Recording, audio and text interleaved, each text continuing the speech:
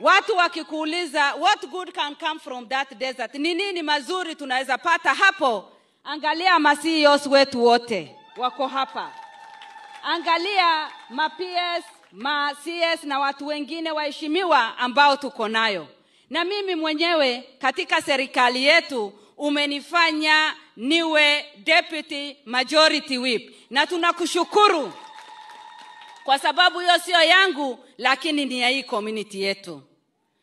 Mheshimiwa, Honorable Excellency, umepitia hiyo yote. Na leo tunakuita Your Excellency. Especially those of us wenye tulikuwa tanga na wewe. Na tunakupongeza because of your boldness. Angalia mahali umefikisha Kenya leo. Wengine wanasema ufanyi kazi, lakini sisi tunasema ni 2 term kwa sababu umefanya tukae kama Wakenya wengine. Maji ambao wengine wanapewa unatupatia. Barabara ambao wengine wanapewa unatupatia.